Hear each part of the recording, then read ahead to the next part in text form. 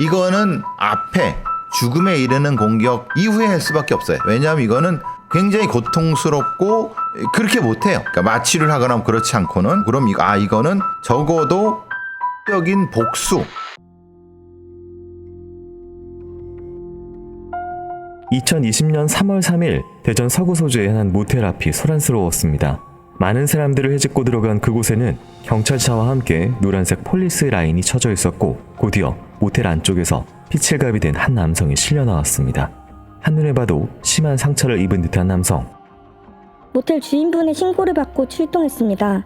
한 남성이 모텔 방 안에서 피를 흘린 채 쓰러져 있다고 해서요. 그런데 저희가 도착했을 때 남성은 이미 사망한 후였습니다.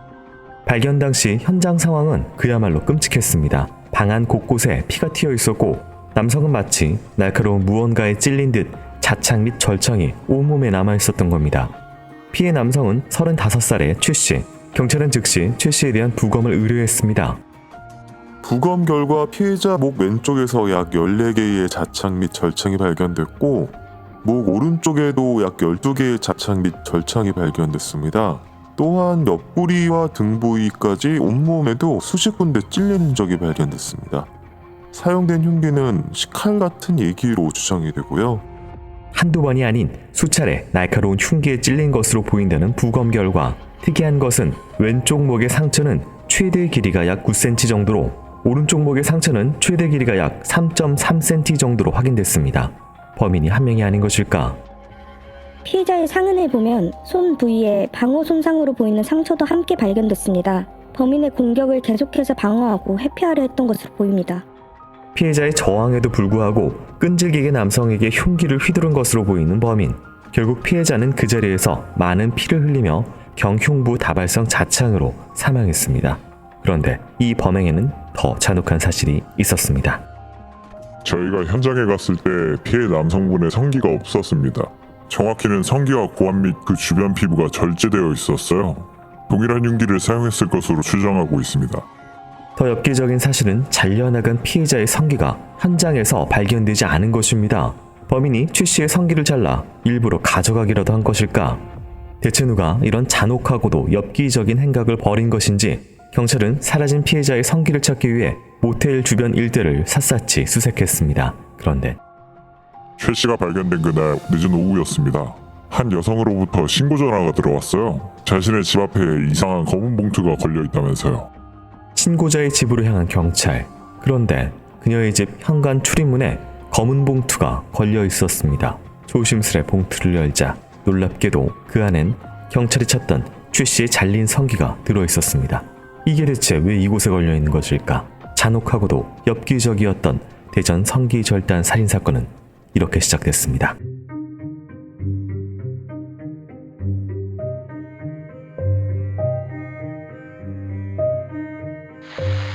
안녕하세요. 이곳은 크라임. 저는 진행과 연출을 맡고 있는 김PD입니다. 여러분 반갑습니다. 날카롭고 정확한 분석으로 대한민국의 정의를 세우고 계시는 배성훈 프로파일러님 모십니다.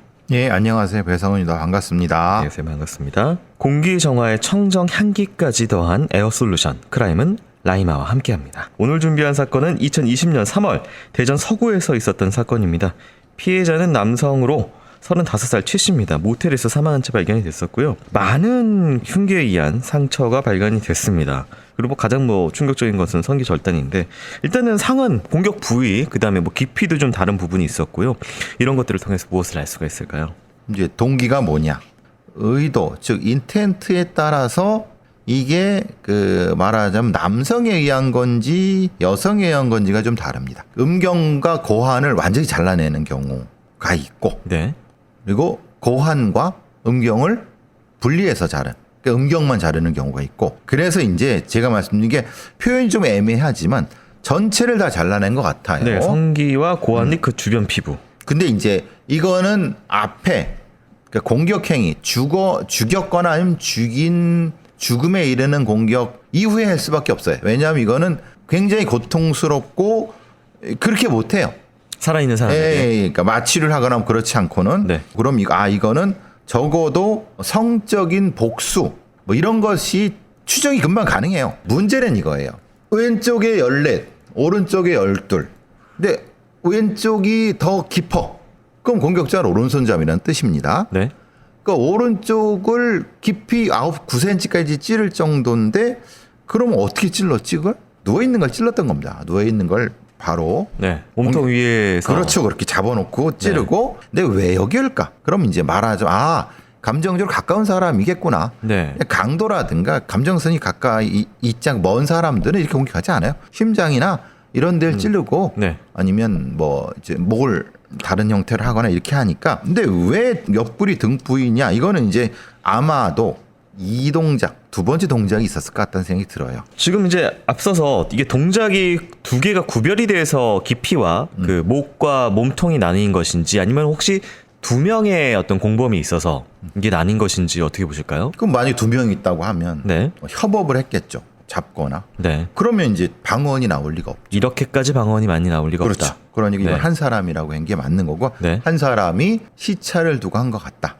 이 발견 장소는 모텔입니다. 그러니까 예를 들면은 어떤 사적 복수를 위해 어떤 공간으로 불러들여가지고 죽이고 어떤 유기하거나 뭐 여러 가지 상황이 있을 수가 있는데 이건 사실 그냥 두고 가버린 거잖아요. 그렇죠. 앞서서의 어떤 감정선 같은 경우에는 가깝다고 하셨는데 그렇다면 사실은 이제 면식이 가까우면은 이 사람이 죽은 게 발견되면 본인에게 그 화살이 용의점이 올 텐데 이걸 그냥 이렇게 모텔에 공공장소에 두고 갔다. 이것도 좀 특이한 부분이거든요. 두고 갈 생각이 있었겠죠. 언젠가는 시신이 발견될 거니까. 네.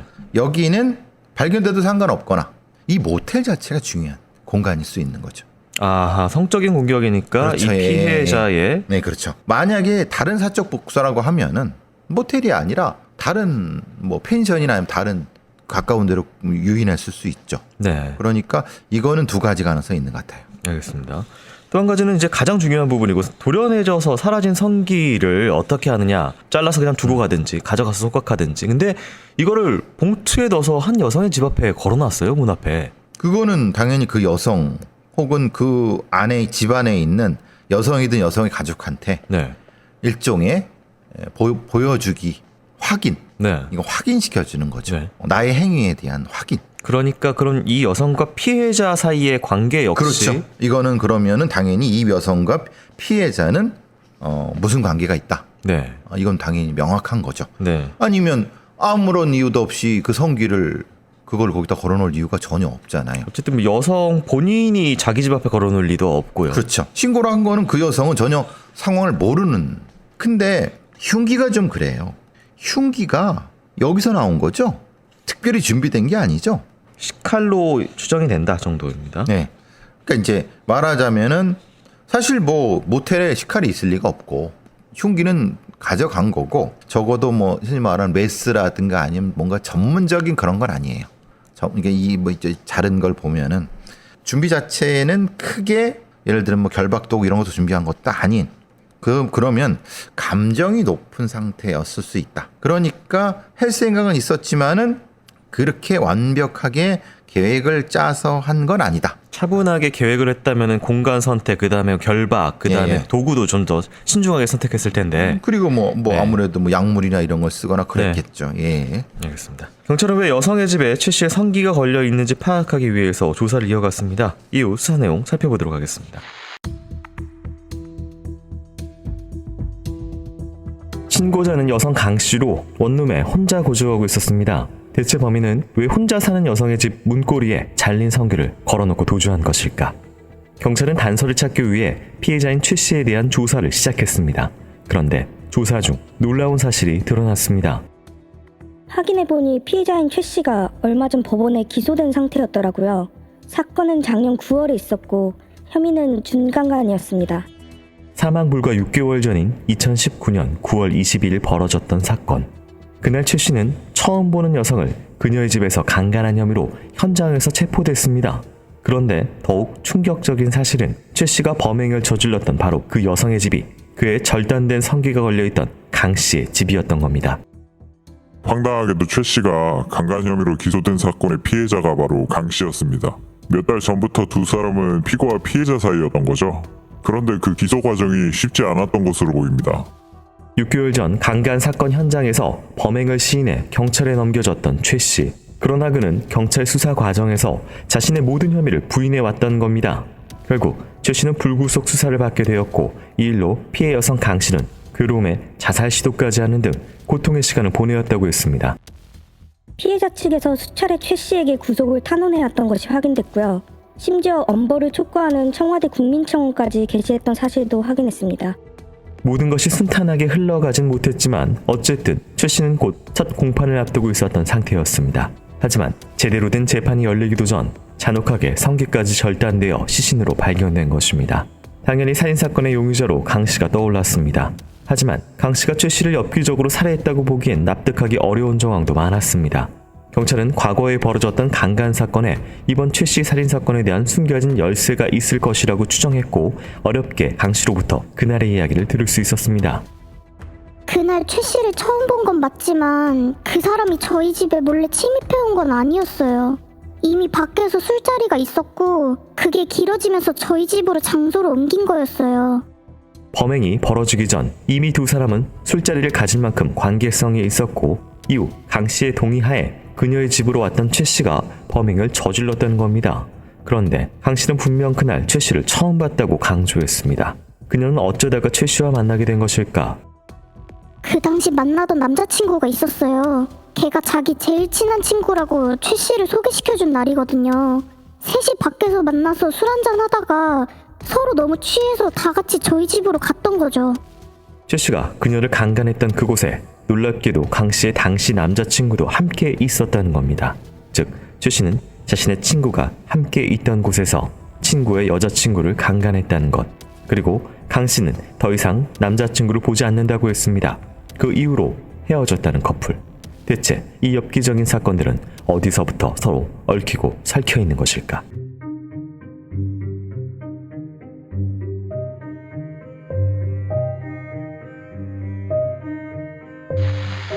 네, 강 씨와 최 씨가 피고인과 피해자 관계였다. 과거에 성범죄 사실이 있어서 공판을 앞두고 있었습니다. 그리고 이제 또 뒤 부분에 있어서 이제 남자친구가 그 공간에 함께 있었다, 뭐 처음 봤었다 이런 부분들이 있는데 어떤 부분들을 좀 용의점 있게 봐야 되고 확인해야 될까요? 상황상 둘 중에 하나죠. 범인은 네. 피해자거나. 네. 근데 피해자의 남자친구. 그래서 그러면은 피해자 남자친구일 수 있겠다. 왜냐면 왜 이렇게 이중 동작이 많았고. 강간 피해자 말씀하시는 거죠? 네, 그러니까 강간 피해자의 남자친구겠다. 왜냐하면 이중 동작이 많았고 또 감정적인 형태의 목을 많이 찔렀고 그리고 이제 그 정도의 힘도 있는 남자고 그리고 성기 자른 거를 여자 친구의 집에다가 걸어두고 왜냐 헤어졌기 때문에 이제 내가 너한테 해줄 건 다 해줬어. 뭐 이런 형태의 일종의 표시 이런 느낌으로 전체적으로 설명은 이렇게 흘러가네요. 굉장히 이상한 표현일 수도 있지만 이별 선물 같이 그렇죠. 말하자면 이별 선물이라기보다는 그래서 헤어졌으니까. 어쨌든 그 이후로 안 본다고 하는데요.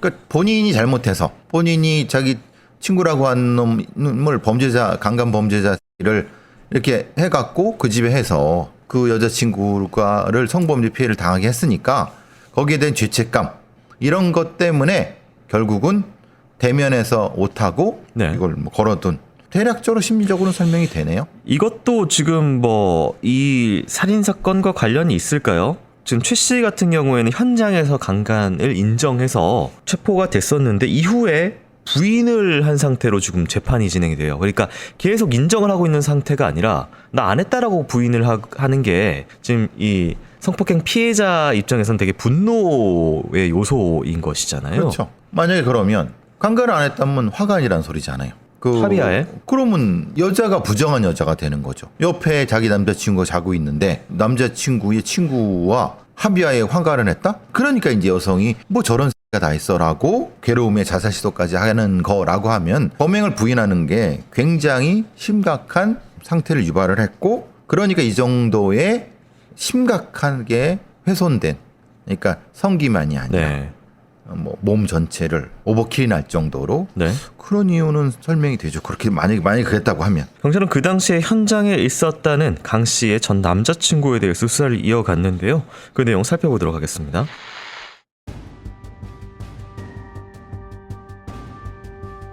2019년 9월 끔찍했던 사건이 벌어지기 전 강 씨는 당시 교제하고 있던 남자친구 홍 씨와 결혼을 약속한 사이였다고 했습니다.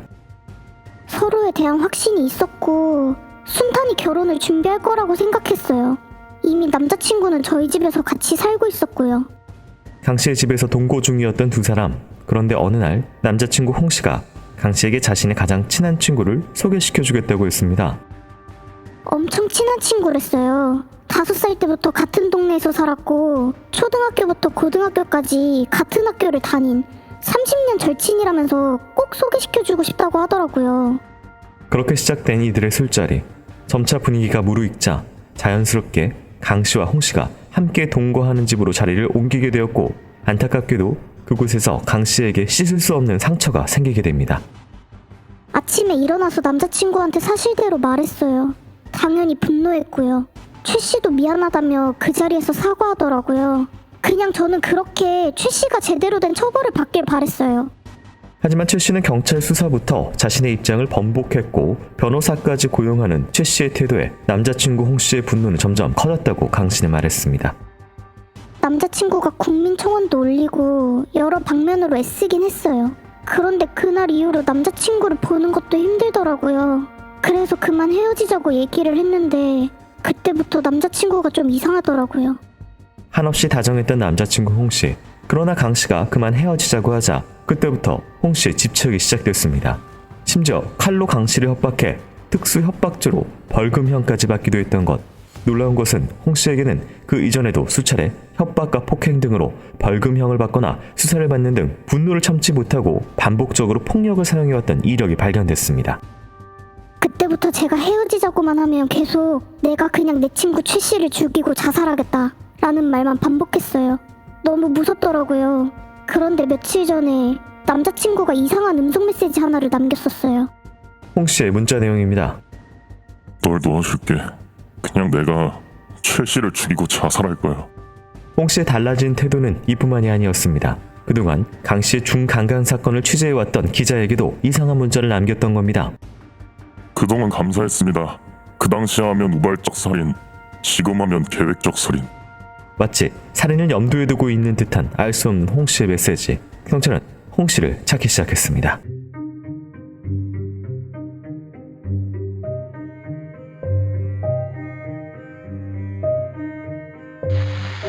이게 30년 절친이다. 어려서부터.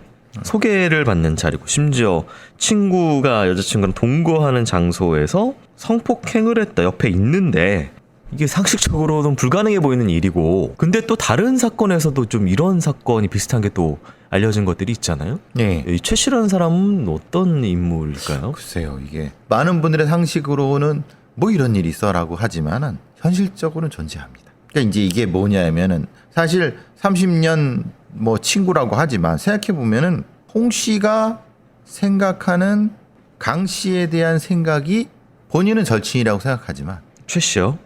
예, 최 씨. 네. 최 씨는 그렇게 생각할까요? 그래서 둘 사이를 정확히 얼마나 자주 보고 얼마나 관계가 어떤 이런 부분은 좀 살펴봐야 되고 네. 저는 여기서 이제 한 번 더 봐야 될 거는 최 씨의 죽은 사람, 네. 최 씨의 전과 관계예요. 이 정도라고 하면은 혹시 비슷한 형태도 있었을 수 있다. 이게 강 씨 같은 경우에도 좀 이해가 안 되는 게 아니 지금 가장 힘들고 보호받아야 될 여자친구 피해자를 칼로 협박을 하고 홍 씨가 그런 거죠, 홍 씨가. 네, 남자친구 전 남자친구가 네. 됐죠. 네. 이전에도 수차례 협박과 폭행 등으로 벌금형 수사받는 등 이런 성향이 있었네요. 예, 이게 근데 그러면 이 홍 씨라는 게 이 사람이 일종의 교제 폭력 성향이 분명히 있었는지 네. 그 부분은 조금 더 살펴봐야 될 것 같아요. 그러니까 이 폭력적이라는 거죠. 네. 상당히 크게. 그 상황이라고 하면은 강 씨에 대해서 집착이 강하고 네. 폭력이 강하고 그랬을 수 있는 것 같아요. 네. 그건 맞는데 문제는 그 다음의 행동이에요. 그러니까 자기 거를 소위 말하면 뺏겼다는 거잖아요. 그렇게 느낀다. 여자친구를. 네. 그것도 자기 친구한테. 네. 극단적인 분노. 그리고 그 분노는 사실은 씻을 수 없는 자존감의 상실일 거예요. 오히려. 피해자, 그러니까 말하자면 여자친구가 강간을 당했다는 것이 아니라 자기 중심적으로 그렇죠. 생각한다. 자기가 모욕을 당했다고 하는 그것이 가장 클 거예요. 그래서 나오는 게 죽이고 나도 자살하겠다. 물론 이제 이 사람만이 아니라 다른 사람이라 하더라도 네. 자기 여자친구가 성범죄 당했는데 어느 정도까지 폭력에 대한 생각을 할 수 있죠. 네. 많은 사람들이 뭐 죽이고 싶다 막 이렇게 그렇죠. 표현을 하는 그런 감정이. 근데 이제 네. 이렇게까지 하는 경우는 이거는 이 사람의 성향이 네. 반영된 건가 싶어요. 마지막에 기자에게 보냈던, 왜냐면 이게 지금 이제 계획살인이냐 우발살인이냐는 재판에서 큰 관점이기 때문에 당시 하면 우발적 살인, 지금 하면 계획적 살인이라는 얘기를 했다라는 것은 계속 그때 그러니까 성범죄 당했다고 했을 때 그때 죽여버렸으면 우발적 살인이. 네. 지금 하면 사실 계획적 살인. 그러니까 말은 맞죠. 네. 응. 하지만 본인이 이제 살인을 할 계획은 있었다, 적어도. 머릿속에 있었다. 네. 머릿속에 있었다는 거지. 의도가 있었다라는 게 정확한 그렇죠. 표현일까요? 의도가 있었다는 거지. 그게 꼭 계획으로 갔다고는 사실 판단하기 쉽지 않죠. 그러니까 감정이 계속 네. 화가 나 있는 상태란 얘기예요. 최 씨 살인 사건의 유력한 용의자인 전 남자친구 홍 씨. 그는 어떻게 됐을지 이후 수사 내용 살펴보도록 하겠습니다.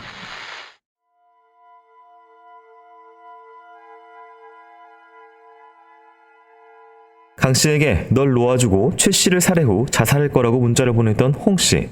그는 최 씨의 시신 발견 당시 인근 병원에서 치료를 받고 있었습니다. 사실 홍 씨는 강 씨에게 보낸 문자 그대로 최 씨가 발견되던 그날 밤 강 씨 집 앞에서 자살 시도를 했던 것입니다. 그렇다면 그가 최 씨도 살해한 것이 맞을까? 경찰은 사건 직전 홍 씨의 통화 내역을 조사했습니다. 그런데 분명 홍 씨는 2019년 강 씨의 준강간 사건 이후 최 씨의 모든 연락을 일방적으로 피해왔던 것으로 확인됐습니다. 전화를 받지 않았던 것은 물론 문자 메시지에도 단 한 번도 답장하지 않았던 홍 씨. 그런데 사건 전날인 3월 2일 오후 5시경 그가 먼저 최 씨에게 연락한 기록이 발견됐습니다. 맞습니다. 제가 먼저 연락해서 한번 만나자고 했어요. 얘가 하도 자기 죄를 인정 안 하고 변호사까지 선임해서 변명만 하니까 친구로서 한번 만나서 진솔하게 얘기를 해봐야겠다. 그래서 먼저 연락했던 겁니다. 그렇게 두 사람은 대전 서구에 있는 한 초등학교 운동장에서 만났습니다. 홍 씨는 그곳에서 최 씨와 만나 술을 마시며 자신의 여자친구에게 한 준강간 행위를 인정하느냐고 물었고 강 씨에게 사과하라는 등의 대화를 나눴다고 주장했습니다. 대화가 길어졌던 것일까? 돌연 두 사람은 밤 9시 40분경 인근에 있던 모텔로 이동했습니다. 최 씨가 살해당한 바로 그 모텔이었습니다. 한참 과거 사건을 두고 얘기하고 있는데 그가 반성은커녕 모욕적인 말을 하는 거예요. 네가 걔를 왜 만나는지 알겠다. 쪼이더라라고. 이 말을 듣고 분노하지 않을 사람이 어디 있습니까? 그래서 흥분해서 서로 몸싸움을 하다가 정신 차려보니까 제가 최 씨를 칼로 찌르고 있더라고요. 모든 게 우발적이었다는 홍 씨. 하지만 이상한 점이 있었습니다. 그렇다면 그는 왜 최 씨의 성기를 절단했으며 그걸 굳이 전 여자친구 강 씨의 집 앞에 가져다 놓은 것일까? 심지어 홍 씨는 최 씨의 성기를 절단한 직후 그 사진을 찍어 자신의 친구에게 전송하기까지 했습니다. 이상한 건 그것뿐만이 아닙니다. 확인 결과 홍 씨는 최 씨를 만나러 갈 때 이미 칼을 준비해 갔던 것으로 보입니다. 운동장뿐만 아니라 모텔로 이동할 때도 주머니에 식칼을 넣어서 이동했던 것으로 확인됐습니다. 하지만 그 식칼에 대해서 홍 씨는 이런 주장을 했습니다. 원래 특전사에서는 칼을 놓고 진실을 이야기하는 관행이 있습니다. 제가 특전사여서 최 씨랑 그런 진실한 얘기를 나누려 했던 것뿐입니다. 그리고 이 식칼은 제가 평소에 낚시를 위해서 자동차에 보관하고 있던 칼입니다. 따로 준비한 게 아니고요. 홍 씨가 평소 차에 칼을 가지고 다녔다고 하더라도 최 씨를 만나면서 굳이 이를 꺼내 들고 갈 이유는 없었습니다. 게다가 특전사에서 칼을 놓고 진실을 이야기하는 관행이 있었다고 볼 자료도 없는 상황. 심지어 피해자 최 씨는 특전사도 아니었습니다. 그럼에도 우발적 살인에 대한 홍 씨의 주장은 계속됐습니다. 만약 제가 최 씨를 살해할 계획이었다면 뭐하러 CCTV가 있는 모텔까지 갔겠습니까? 그냥 CCTV가 없는 초등학교에서 살인하면 되지. 그리고 최 씨를 죽이는 게 목적이었다면 그가 잠든 후에 죽이거나 뭐 수면제를 탄수를 먹이는 등 수월한 방법들을 사용했을 텐데 저는 그러지 않았다고요. 끝까지 자신은 우발적 살인을 저질렀다고 주장하는 홍 씨. 그런데 진술을 이어가는 홍 씨가 이번에는 자신이 최 씨의 성기를 절단한 시점이 그가 아직 살아있었을 때라고 주장했습니다.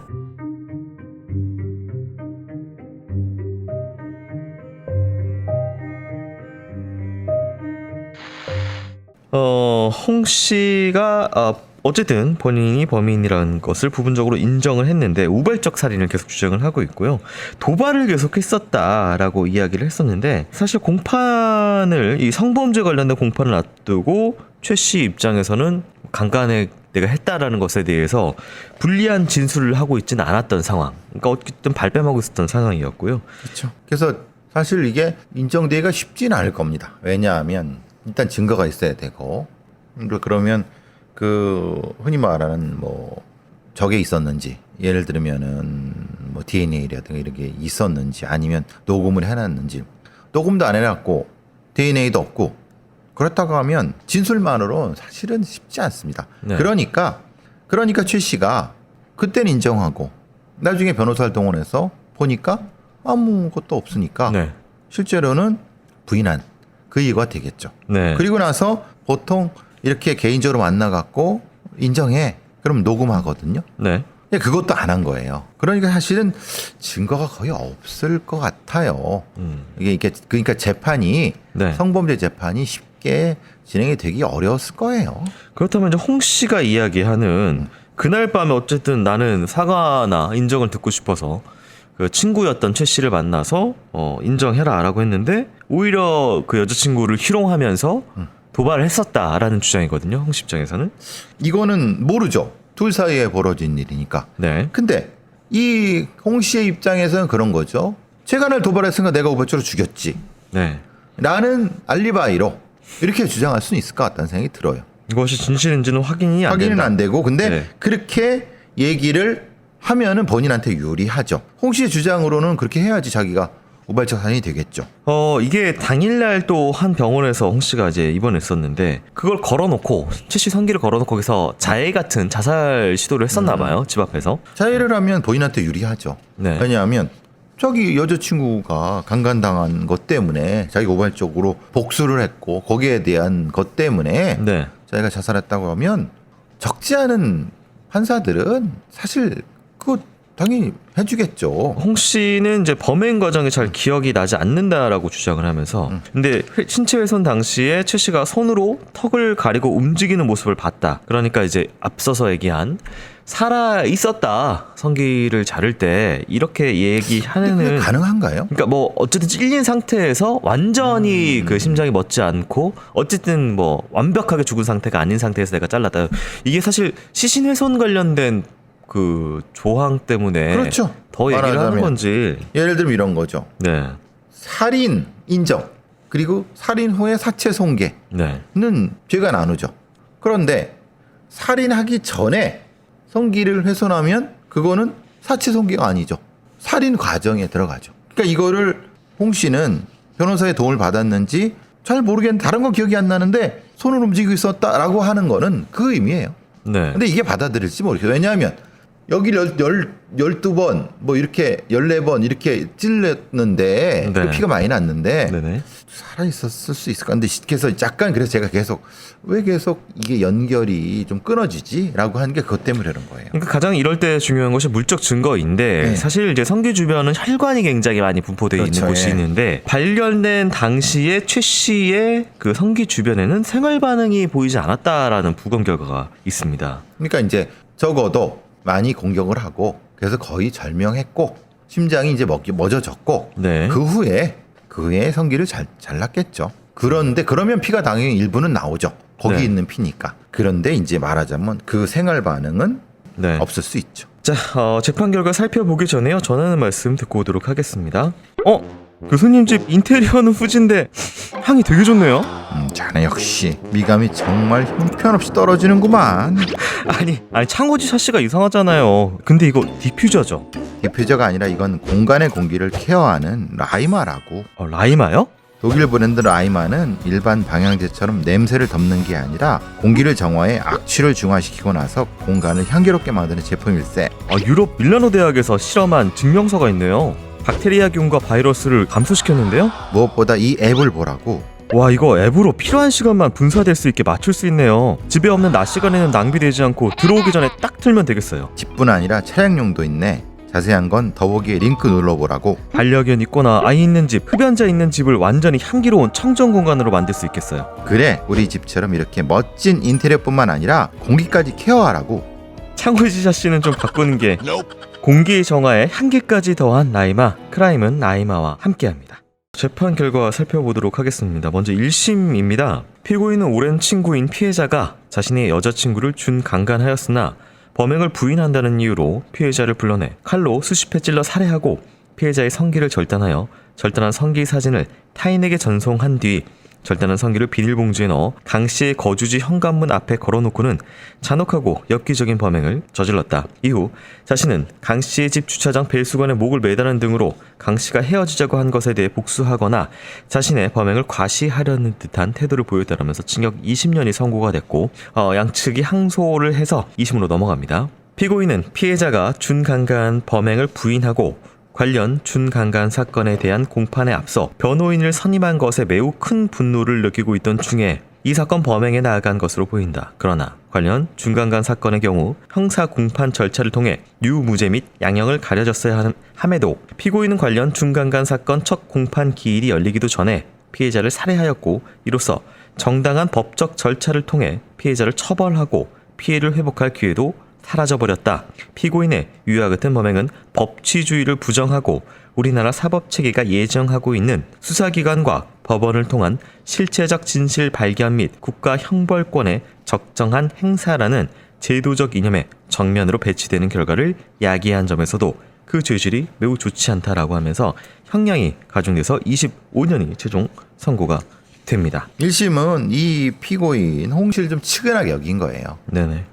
야, 자기 여자친구가 강간을 당했는데 이런 분. 근데 2심은 뭘 보는 거예요? 그게 사적 구제라는 거예요. 사적 구제는 허용되지 않는다라고 엄격하게 본 거고 네. 법적으로는 2심 판사들이 맞죠. 그런데 이제 1심도 의미가 있는 거고. 근데 제가 좀 계속 걸리는 게 뭐냐면 범행의 잔혹성이라는 것에 주목해서 경찰과 검찰은 사건의 전체 맥락을 보지 못한 것 같다. 네. 그래서 앞서 말한 홍 씨의 주장인 흔히 말하는 최 씨의 이런 어떤 악의적인 어떤 것에 대해서 도발 같은. 그렇죠. 네. 최소한 확인은 해줬어야 된다. 물론 홍 씨가 잔혹한 살인범 맞습니다. 뭐 나름대로 홍 씨는 국민청원도 뭐 좀 추진하고 여러 가지 노력을 해왔던 것 같고. 그러니까 그거를 좀 부각을 했으면 좋겠다는 좋았던 생각이 들어요. 네. 그 과정을 조금 더 했는데 한계에 부딪혔다. 네. 이 얘기잖아요. 네. 그리고 이 사람 내부에 있는 폭발적인 화를 못 찾는 그렇죠. 성격이 연관이 돼서 연관돼서인 거지. 더 이상 내가 한계에 부딪히니까 폭발적으로 뭔가 일을 저지른 네. 거를 제가 보기에는 한 15년 정도가 적당한 형이 되지 않았을까. 형평성 부분에 있어서 말씀하시는 거죠. 균형을 맞춰야 된다는 거예요. 살인은 부정할 수 없다. 네. 그리고 역시 우발적인 부분도 없지 않다. 네. 왜냐 제가 말씀드렸잖아요. 칼, 뭐 준비한 것들. 준비 네. 이런 거. 그리고 그게 또 모텔이라는 것 때문에 다양한 것 때문에 그러니까 이거는 확실히 계획적이라고만 볼 수 없다. 이런 것들을 조금 더 살펴봤어야 되는데 문제는 이거는 피고인이 알아서 해야 되는 거예요. 경찰이나 그 검찰은 자기한테 불리한 건 하지 않아요. 그러면은 이게 형사재판의 올바른 모습일까? 이게 좀 들으시는 분이 불편하실 수 있지만 형사재판의 이 민사재판을 상당 부분 준용해야 되는 부분이 있다는 것만은 확실히 알아주셨으면 좋겠다는 생각이 들어요. 네, 뭐 간략하게 얘기를 하면은 어쨌든 검찰과 경찰은 더 나쁜 놈일수록 유리하기 때문에 그렇죠. 예. 그리고 본인들에게만 권한이 있기 때문에 피고에게 불리한 그것만 올려서 재판이 진행될 수가 있다. 그렇죠. 그랬을 수 있다는 거예요. 네, 그게 좀 이상하다는 거예요. 아까 제가 맥락이 몇 개 떨어지는 게. 알겠습니다. 다시 말씀드려 이 사람은 나쁜 살인자가 살인자죠. 맞습니다. 그런데 우리가 한 사람의 인생을 판단할 때 조금 더 여러 요소들을 그랬으면 좋겠다는 생각이 들었어요. 홍 씨하고 최 씨는 5살 때부터 30년 동안 어쨌든 각별했다고 알려진 친구 사이였습니다. 하지만 끝은 강간과 살인, 사체 성계만 남았습니다. 억울한 죽음이죠. 원하진 않았을 테니까요. 네, 피해자 명복을 빌고요. 교수님 오늘 수고 많으셨습니다. 고맙습니다.